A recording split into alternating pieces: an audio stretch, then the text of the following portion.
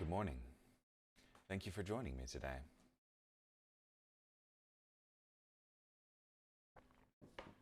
This morning we'll be in Job, chapter 37, verse 1 through chapter 39, verse 30.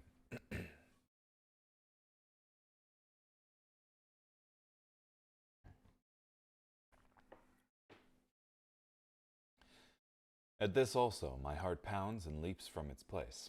This is Elihu continuing his discourse. Listen carefully to the thunder of his voice, to the rumbling that proceeds from his mouth. Under the whole heaven he lets it go, even his lightning to the far corners of the earth. After that a voice roars. He thunders with an exalted voice, and he does not hold back his lightning bolts when his voice is heard. God thunders with his voice in marvelous ways. He does great things beyond our understanding. For to the snow he says, fall to earth, and to the torrential rains pour down. He causes everyone to stop working, so that all people may know his work. The wild animals go to their lairs, and in their dens they remain. A tempest blows out from its chamber, icy cold from the driving winds. The breath of God produces ice, and the breadth of the water freeze solid. He loads the clouds with moisture. He scatters his lightning through the clouds. The clouds go round in circles, wheeling about according to his plans, to carry out all that he commands them over the face of the whole inhabited world. Whether it is for punishment for his land, or whether it is for mercy, he causes it to find its mark. Pay attention to this, Job. Stand still and consider the wonders God works. Do you know how God commands them, how he makes lightning flash in his storm cloud? Do you know about the balancing of the clouds, that wondrous activity of him who is perfect in knowledge? You whose garments are hot when the earth is still because of the south wind? Will you, with him, spread out the clouds, solid as a mirror of molten metal? Tell us what we should say to him. We cannot prepare a case because of the darkness. Should he be informed that I want to speak? If a man speaks, surely he would be swallowed up. But now the sun cannot be looked at. It is bright in the skies, after a wind passed and swept the clouds away. From the north he comes in golden splendor. Around God is awesome majesty. As for the Almighty, we cannot attain to him. He is great in power, but justice and abundant righteousness he does not oppress. Therefore people fear him, for he does not regard all the wise in heart. Then the Lord answered Job out of the whirlwind. Who is this who darkens counsel with words without knowledge? Get ready for a difficult task like a man. I will question you, and you will inform me. Where were you when I laid the foundation of the earth? Tell me if you possess understanding. Who set its measurements, if you know, or who stretched a measuring line across it? On what were its bases set, or who laid its cornerstone, when the morning stars sang in chorus, and all the sons of joy shouted for joy? All the sons of God shouted for joy. Who shut up the sea with doors when it burst forth coming out of the womb? When I made the storm clouds its garment, and thick darkness its swaddling band, when I prescribed its limits, and set in place its bolts and doors, when I said, to here you may come and no farther, here your proud waves will be confined. Have you ever in your life commanded the morning, or made the dawn know its place, that it might seize the corners of the earth and shake the wicked out of it? The earth takes shape like clay under a seal, its features are dyed like a garment. Then from the wicked the light is withheld, and the arm raised in violence is broken. Have you gone to the springs that filled the sea, or walked about in the recesses of the deep? Have the gates of death been revealed to you? Have you seen the gates of deepest darkness? Have you considered the vast expanses of the earth? Tell me if you know it all. In what direction does light reside, and darkness, where is its place, that you may take them to their borders and perceive the pathways to their homes? You know, for you were born before them, and the number of your days is great. Have you entered the storehouse of the snow, or seen the armory of the hail, which I reserve for the time of trouble, for the day of war and battle? In what direction is lightning dispersed, or the east winds scattered over the earth? Who carves out a channel for the heavy rains, and a path for the rumble of thunder, to cause it to rain on an uninhabited land, a desert where there are no human beings, to satisfy a devastated and desolate land, and cause it to sprout with vegetation? Does the rain have a father, or who has fathered the drops of the dew? From whose womb does the ice emerge, and the frost from the sky, who gives birth to it? When the waters become hard like stone, when the surface of the deep is frozen solid, can you tie the bands of the Pleiades, or release the cords of Orion? Can you lead out the constellations in their seasons, or guide the bear with its cubs? Do you know the laws of the heavens, or can you set up their rule over the earth? Can you raise your voice to the clouds, so that a flood of water covers you? Can you send out lightning bolts, and they go? Will they say to you, Here we are? Who has put wisdom in the heart, or has imparted understanding to the mind? Who by wisdom can count the clouds, and who can tip over the water jars of heaven, when the dust hardens into a mass, and the clumps of earth stick together? Do you hunt prey for the lioness, and satisfy the appetite of the young lions, when they crouch in their dens, when they wait in ambush in the thicket? Who prepares prey for the raven, when its young cry out to God and wander about for lack of food? Are you acquainted with the way the mountain goats give birth? Do you watch as the wild deer give birth to their young?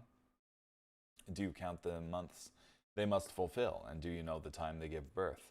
They crouch, they bear their young, they bring forth the offspring they have carried.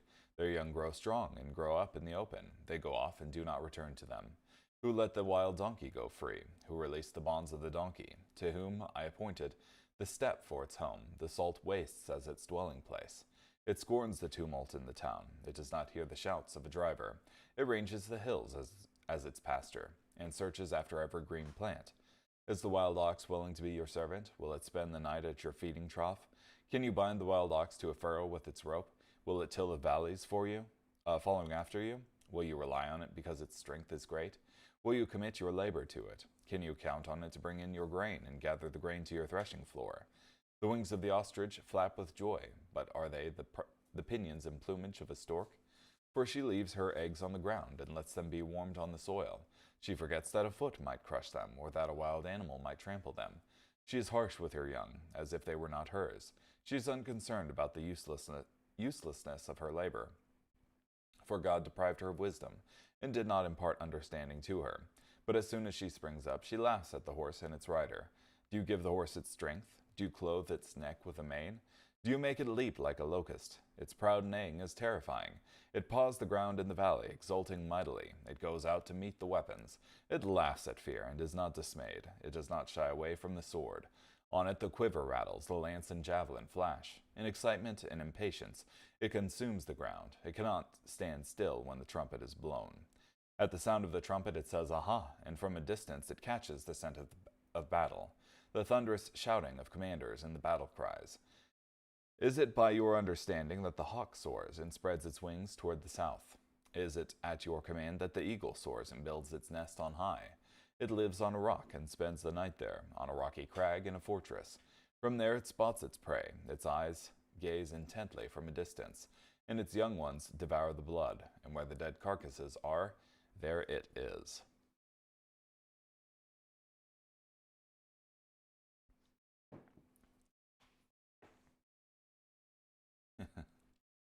So, Elihu here finishes up his dialogue, and God himself answers Job out of the cloud here.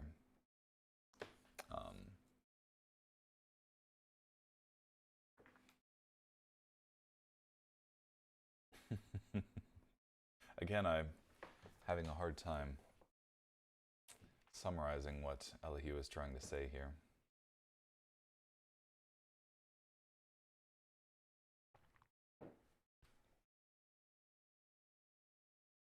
Previously, I thought it was an issue with my understanding of the passage, but I think maybe Elihu is just saying a lot of words without saying much, frankly.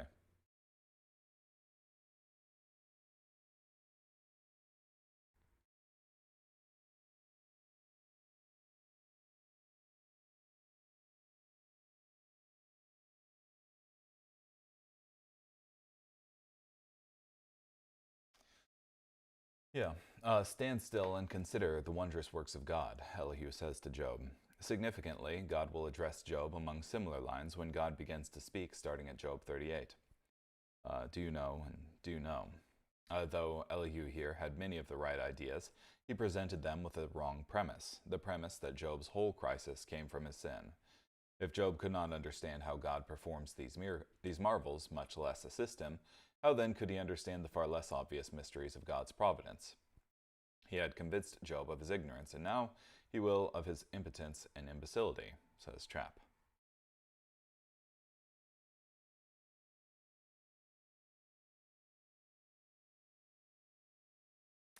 Teach us what we should say to him. Here Elihu confronted what he believed to be Job's arrogance in saying that man deserved an audience or a justification from God. Job, if you insist that God owes us an audience, then please teach us what we should say to him.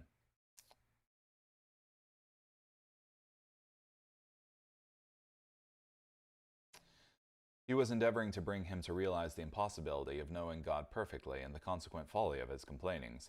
The truth so expressed is a great one, and had application to Elihu also. He could not find God out, and he did not understand the mystery of Job's sufferings.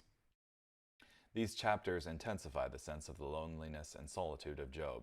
He stands there, silent and alone, with none to sympathize with him, none to enter into his perplexities, condemned as impious, heretical, and even blasphemous by the concordant voices of friends and bystanders alike, by his own generation, and by that which was growing up to take its place, yet enduring to the end.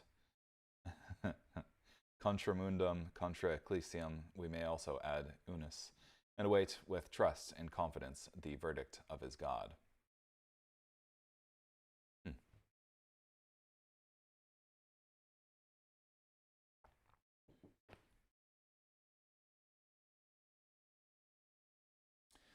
As for the Almighty, we cannot find him. Elihu returned to his theme of God's distance and transcendence. He wanted to discourage Job from insisting that God owed him, or anyone else, an audience or an explanation.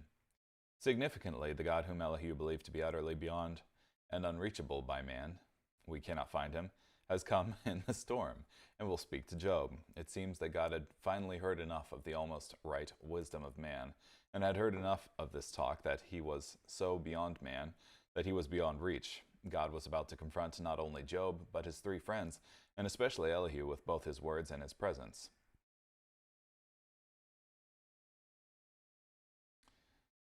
The rushing mighty wind, for which the description of the thunder and lightning had prepared, poor, confounded, astonished Job proclaims the presence of Yahweh, and out of his whirlwind God answers for and proclaims himself.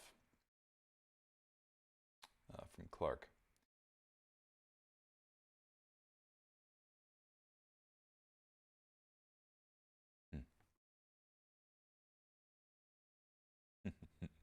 Yeah, God comes in at the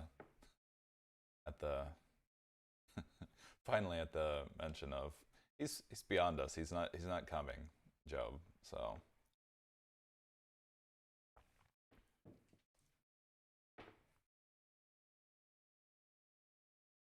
the Lord answered Job. Significantly, God did not immediately or directly answer Job's friends. Not the older friends, Eliphaz, Bildad, or Zophar, and not the young friend. God answered Job. Perhaps this was because Job was the one wrongly accused, and though he was wrong, he was more right than any of his friends. Perhaps this was because Job was the only one of the group to actively cry out to God and pray through the ordeal. Only Job talked to God. Now the Lord will speak to Job. The Lord answered Job out of the whirlwind. Elihu saw an approaching storm and described it as an example of the power of God. When he described the clearing of the storm, he probably spoke before the storm actually had cleared. Now in this same storm, God speaks to Job. Who is this who darkens counsel by words without knowledge? We may justly wonder to whom God asked this question. It might have been mainly directed to Elihu, who was the previous speaker, interrupted this word from the Lord, and who claimed to speak for God.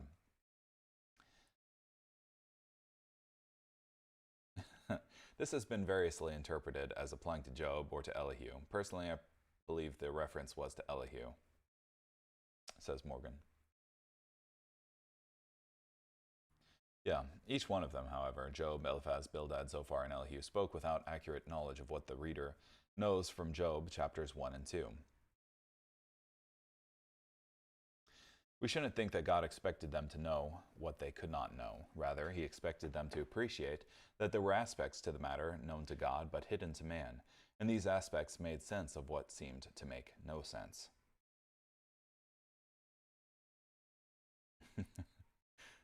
Now prepare yourself like a man. Job had previously complained that God was battling against him in a great contest. We might say that Job, without knowing, was really battling against Satan. Now he would indeed wrestle with God, and God challenged him to prepare yourself like a man. I will question you, and you shall answer me. Job had insisted that God bring answers to him. God turned the matter around and told Job that before he would answer questions for Job, Job had some questions to answer before God. The questions God had for Job were simply unanswerable and were meant to show Job that he really had no place to demand answers from God. Yet to see this appearance of God to Job only as a rebuke is a grave mistake. God has now appeared to Job. Job's greatest agony was that he felt God had abandoned him, and now he knew he was not abandoned. Like any true revelation of God, there were plenty of elements that would make Job feel small before the greatness of God, yet it could not take away from the massive comfort Job felt in simply being once again consciously in the presence of God. Job learned through the theophany that God had not abandoned him, and it gradually dawned on Job that, without knowing why he was suffering, he could face it so long as he was assured that God was his friend. We might imagine a small smile on the face of Job throughout this questioning, though it did appropriately humble him and bring him to repentance. Yet he smiled as a child who longs for his long-gone father might smile upon his father's return, even while being corrected. The child smiles because his father is here again.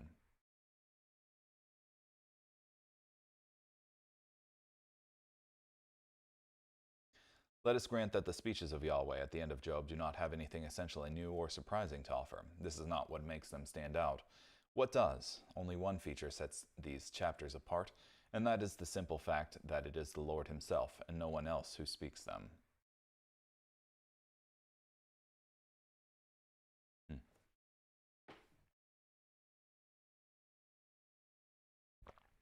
Yeah.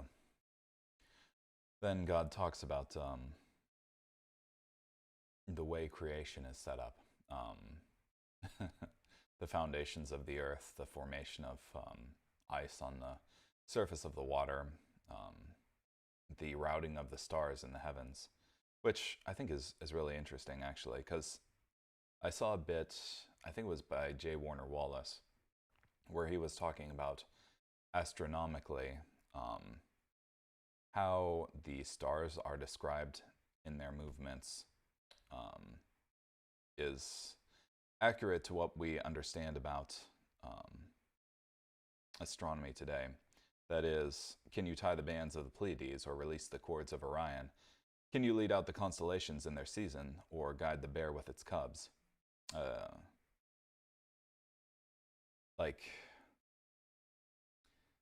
don't remember specifically regarding these, but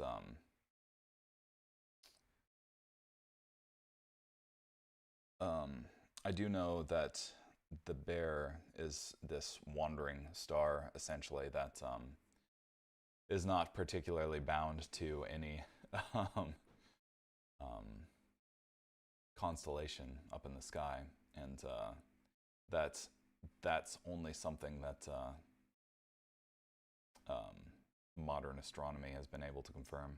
But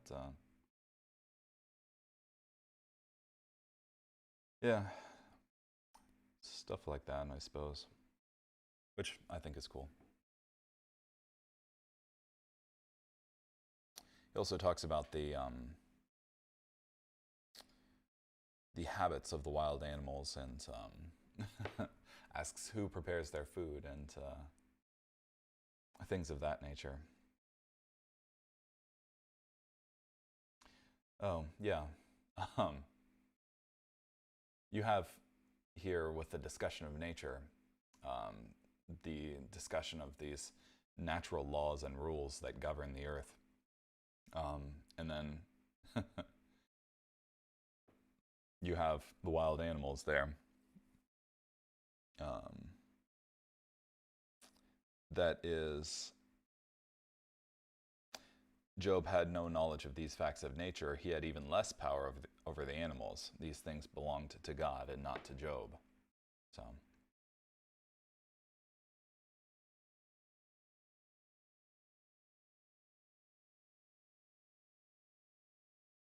do you know the time when the wild mountain goats bear young? Here God kept bringing the level of knowledge down for Job. He could quite conceivably know such facts of nature from simple observation, yet even this relatively low level of knowledge was beyond Job. The offspring of an ibex doe, unlike human infants that need years of care, can stand within minutes of birth and soon gambol off to thrive in the wild. Though Job didn't know these principles of the natural order, at the same time, he had to admit that the natural order all seemed to work pretty well. All these questions brought Job before another truth. I see that this world made by God operates with remarkable order and wisdom. Can I deny his wisdom and government of all things, just because there are things in my own life I can't understand? Or should I simply trust this God who does all these other things so marvelously well?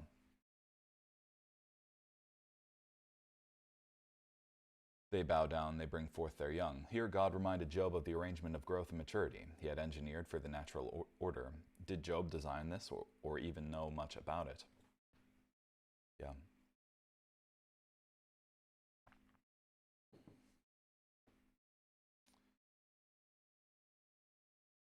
Yeah, I think all of this points towards,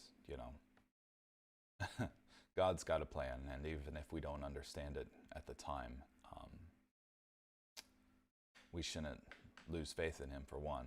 And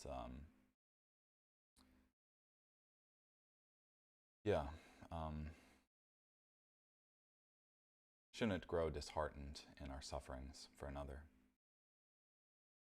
because God can certainly bring good out of suffering.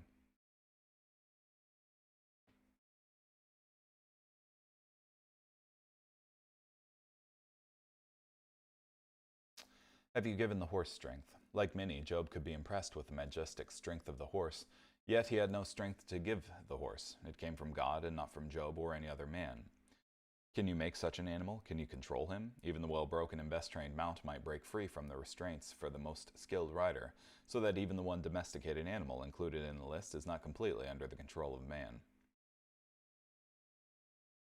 Job could give no explanation for the warrior nature of a horse, which operates against reason and the self-interest of the horse.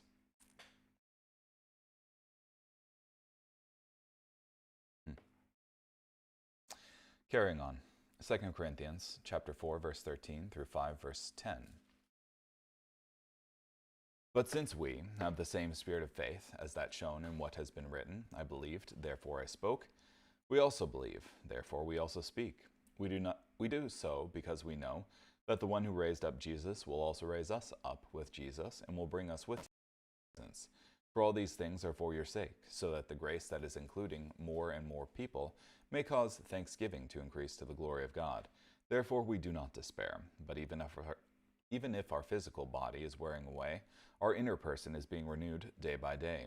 For our momentary light suffering is producing for us an eternal weight of glory far beyond all comparison, because we are not looking at what can be seen, but at what cannot be seen. For what can be seen is temporary, but what cannot be seen is eternal. For we know that if our earthly house, the tent we live in, is dismantled, we have a building from God, a house not built by human hands, that is eternal in the heavens. For in this earthly house we groan, because we desire to put on our heavenly dwelling. If indeed after we have put on our heavenly house, we will not be found naked. For we groan while we are in this tent, since we are weighed down, because we do not want to be unclothed, but clothed, so that what is mortal may be swallowed up by life. Now the one who prepared for us for this very purpose is God, who gave us the Spirit as a down payment. Therefore we are always full of courage, and we know that as long as we are alive here on earth, we are absent from the Lord, for we live by faith, not by sight. Thus we are full of courage, and would prefer to be away from the body and at home with the Lord. So then, whether we are alive or away, we make it our ambition to please him.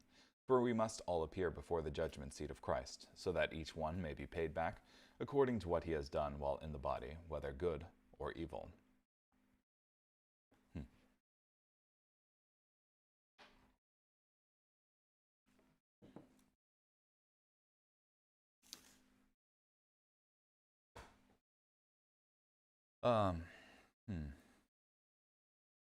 Yeah, so Paul talks a bit about the resurrection here. That is a body being prepared for us that is spiritual in nature, which he compares to clothes or a tent. But I think before I get into that, I wanted to point out 4:16, which says, "Therefore we do not despair, But even if our physical body is wearing away, our inner person is being renewed day by day.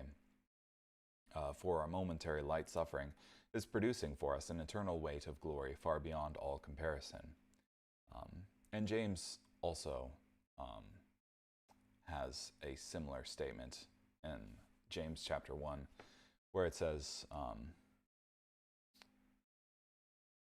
let endurance, oh goodness, can't remember it.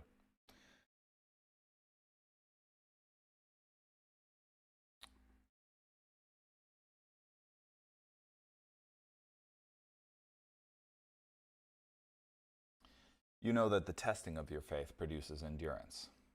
My brothers and sisters, consider it nothing but joy when you fall into all sorts of trials, because you know that the testing of your faith produces endurance, and let endurance have its perfect effect, so that you will be perfect and complete, not deficient in anything.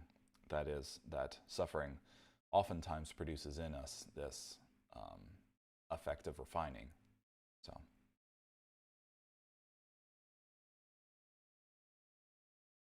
We believe, therefore we speak. This is a great principle, that faith creates the testimony. Paul really believed God had a purpose in his death-like sufferings, and really believed that he lived and experienced the resurrection life of Jesus. Therefore, he wasn't hesitant to speak about it.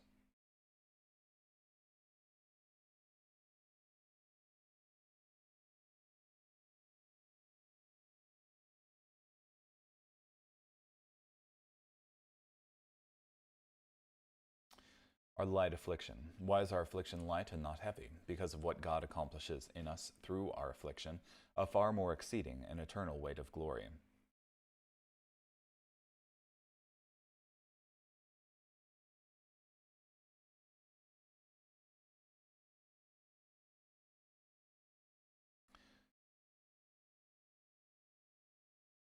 Weight of glory. It isn't easy to appreciate the weight of glory because it is an eternal weight.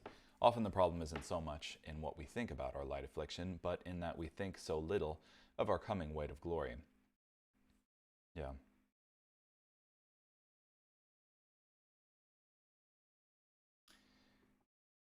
I think it's important to keep in mind the next verse then. We do not look at the things which are seen, but at the things which are not seen. Paul meant this especially about his own life and ministry. In the world's eyes, Paul was an incredible failure.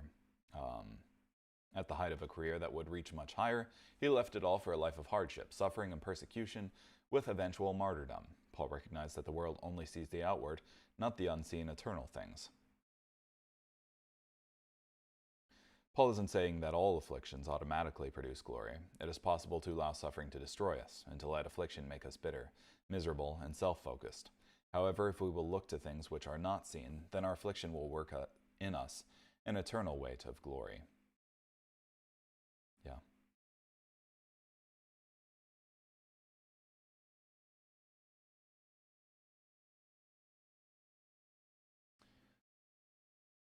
In the next chapter, a house not made with hands, eternal in the heavens. And bodies, our future bodies are not made with hands. God specially made them to suit the environment of eternity in heaven. They are eternal in the heavens. Salvation isn't just for the soul or spirit, but for the body also. Resurrection is how God saves our bodies. We have a glorious new body to come. The righteous are put into the graves, all weary and worn, but as such they will not rise. They go there with the furrowed brow, the hollowed cheek, the wrinkled skin. They shall wake up in beauty and glory.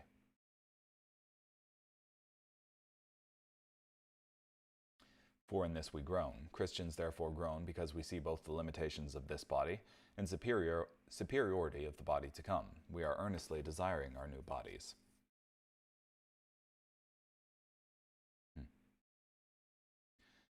Carrying on, Psalm chapter 44, verses 9 through 26.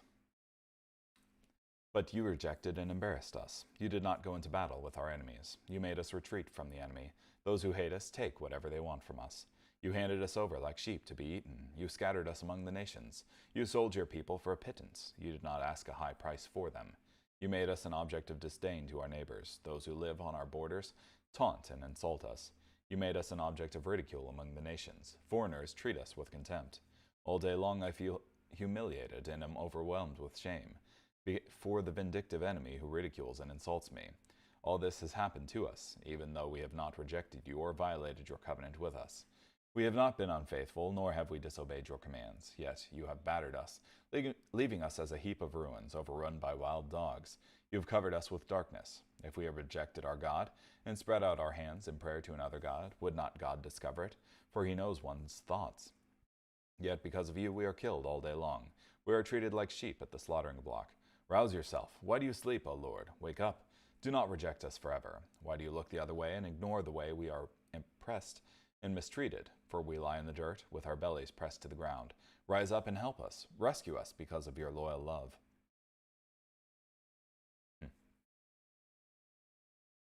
Yeah, Paul picks out this psalm in particular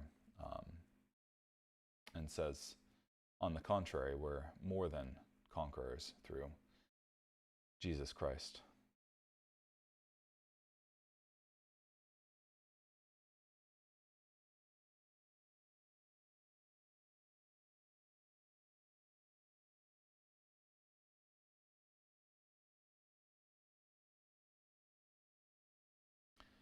Despite their claimed faithfulness to God, Israel was afflicted with death and was as helpless before their enemies as sheep for the slaughter. As if we were only meant to be killed and made on purpose to be victims, as if it were as easy and as innocent a thing to slay us as to slaughter sheep. For your sake are the important words. It means that they suffered in faithfulness to God, and because of their faithfulness to God. Without developing the thought, this psalm suggests a revolutionary concept to the Old Testament man or woman of God. Suffering may not be a punishment, but a battle scar, the price of loyalty in a world which is at war with God. They suffer for God's sake. In their fidelity to the Lord, they receive greater abuse than if they had conformed to the pagan world. Yeah. So, but this is only if you look at the physical side of things and don't see the spiritual as well. Finally, Proverbs chapter 22, verse 13. The sluggard says, "There's a lion outside. I will be killed in the streets." That is, the sluggard invents wild scenarios that may happen to him if he goes out and does something. Yeah, so let's not be like the sluggard. Okay, anyway, hope you have a great day. Thanks for joining me today.